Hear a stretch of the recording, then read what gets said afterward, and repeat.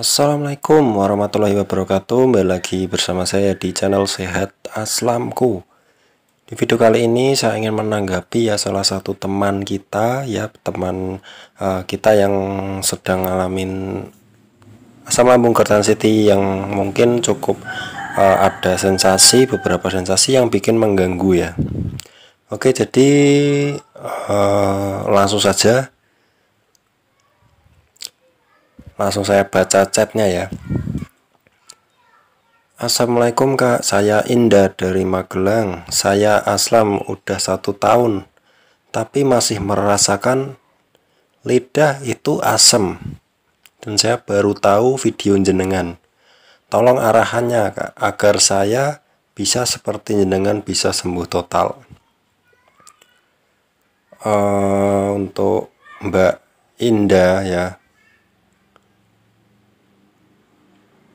sudah 1 tahun ya, tapi masih merasakan lidah itu asam ya. Lidah asam itu lama loh, hilangnya itu lama, yang penting sabar aja ya. Terus lidah asam itu biasanya muncul setelah makan, itu bisa jadi muncul habis makan itu toh, nanti minum terus lidah itu rasanya asam ya. Lidahnya asam itu yang saya alami setelah makan biasanya. Itu efek asam lambung yang masih berlebih ya, asam lambung yang masih belum normal ya.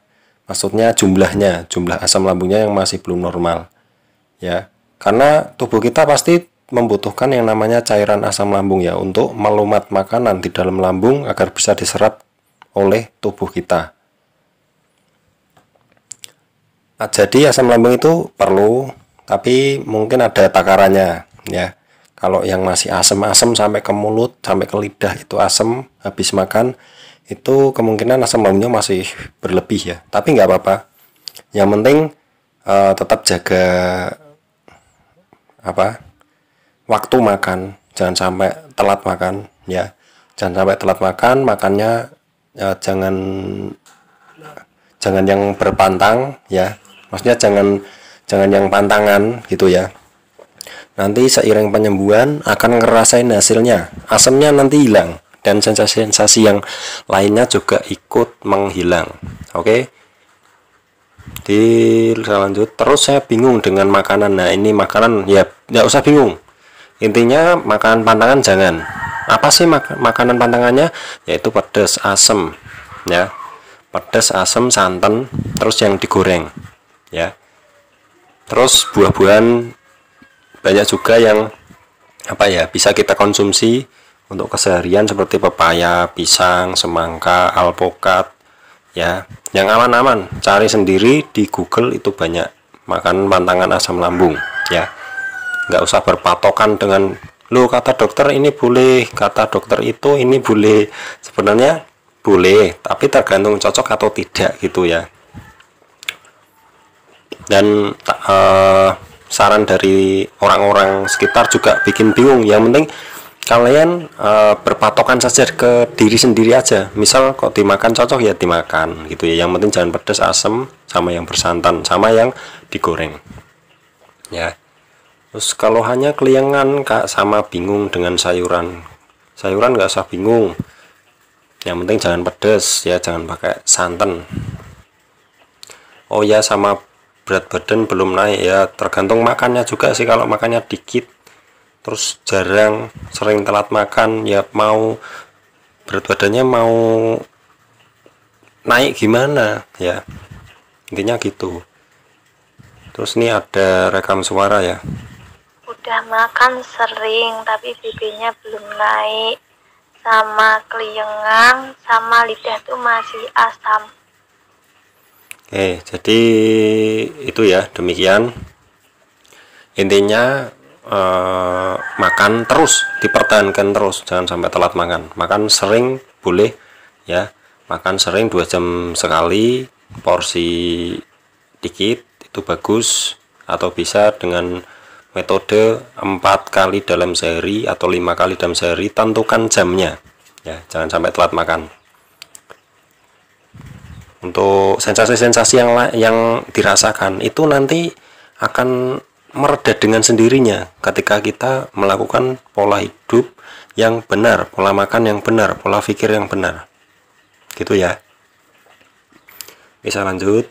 Kata dokter saya cuma dibilang asam atau asam lambung.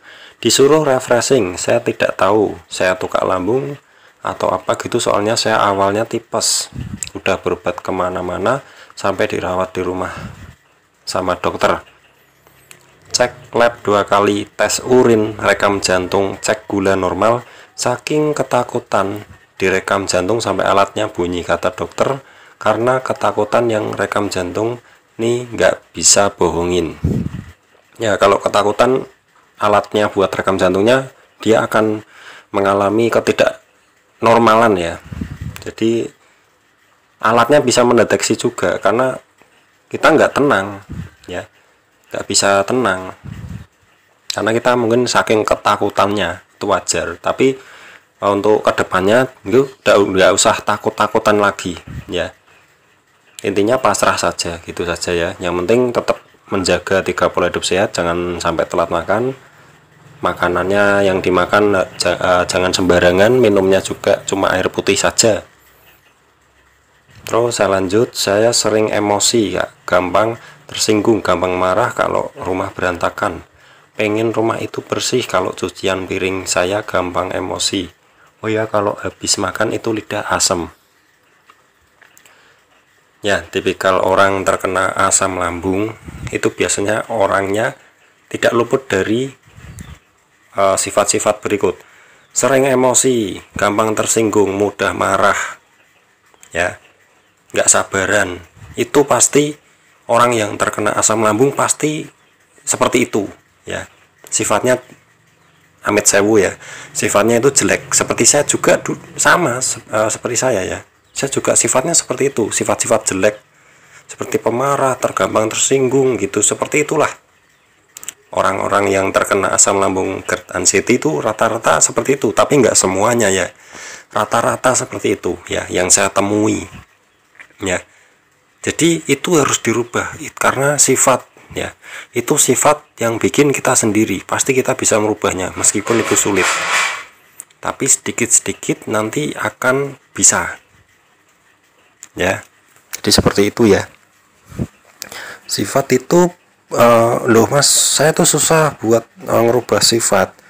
Ya memang susah betul, saya pun juga susah, tapi setidaknya sedikit demi sedikit kita bisa mengurangi rasa emosian, terus nggak sabaran, pemarah ya, dikit-dikit marah, dikit-dikit banting ini banting itu ya. Itu saya banget ya. Saya jujur-jujuran saja, saya sudah buat video yang tentang sifat-sifat tersebut kok ya. Jadi sifat-sifat itu memang harus kita rubah langsung sekarang, mulai dirubah. Jangan sampai marah, jangan sampai tersinggung, jangan sampai pokoknya dibuat legowo, hatinya dibuat legowo. Jangan sampai hatinya itu ada pikiran-pikiran jelek, ada pikiran-pikiran dendam, ada pikiran-pikiran yang enggak baik ya. Itu sangat membantu untuk proses penyembuhan. Karena ada teman saya merubah sifat itu, dia berhasil, dia sembuh total ya. Ada ya. Makanya saya berani bilang sifat-sifat itu sangat berpengaruh sekali untuk penyembuhan asam lambung GERD anxiety ya. Itu yang saya tahu. Oke, langsung kita lanjut. Untuk lidah asam tadi sudah saya jelaskan, itu asam lambung yang berlebihan ya. Jangan sampai telat makan, terus makannya dipantang. Udah, itu saja. Minumnya air putih hangat tok. Terus dirutinkan. Jangan selalu peduli dengan sensasi. Sensasi itu dia nanti hilang sendiri. Kalau kita ngelakuinnya benar, dia pasti akan pergi sendiri. Jadi saya lanjut. Kalau lihat benda HP ya, lihat benda HP itu pusing ya. Jangan keseringan HP juga, karena HP bisa bikin pusing, keliangan ya. Saya dulu juga seperti itu. Orang normal saja kalau kebanyakan megang HP terus ya, selama 24 jam terus sampai berhari-hari, itu bisa pusing kok, bisa bikin pusing ya, apalagi orang yang sedang terkena gangguan asam lambung ya, pasti akan mudah banget. Oke, saya lanjut. Kulon niku bingung banget mas, ajeng cerita kalih sinten nggak ada yang paham.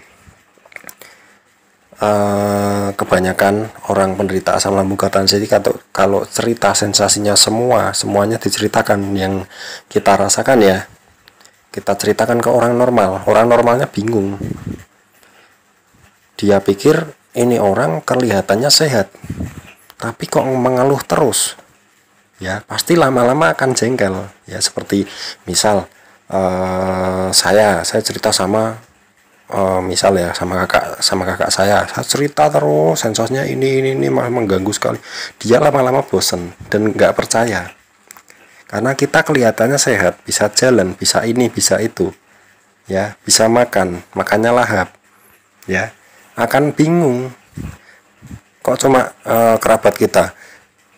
Dokter saja itu juga bingung ya, yang dokter umum itu loh, dokter umum itu kita ceritain dia bingung, malah menurut dia itu karena pikiran. Coba tidak usah dipikirin gitu, biasanya itu dari pikiran biasanya gitu. Kalau dokter spesialis gastro atau khusus pencernaan atau khusus kejiwaan juga, itu dia tahu ya, yang paling tepatnya ya dokter spesialis langsung ya, itu juga lebih tahu.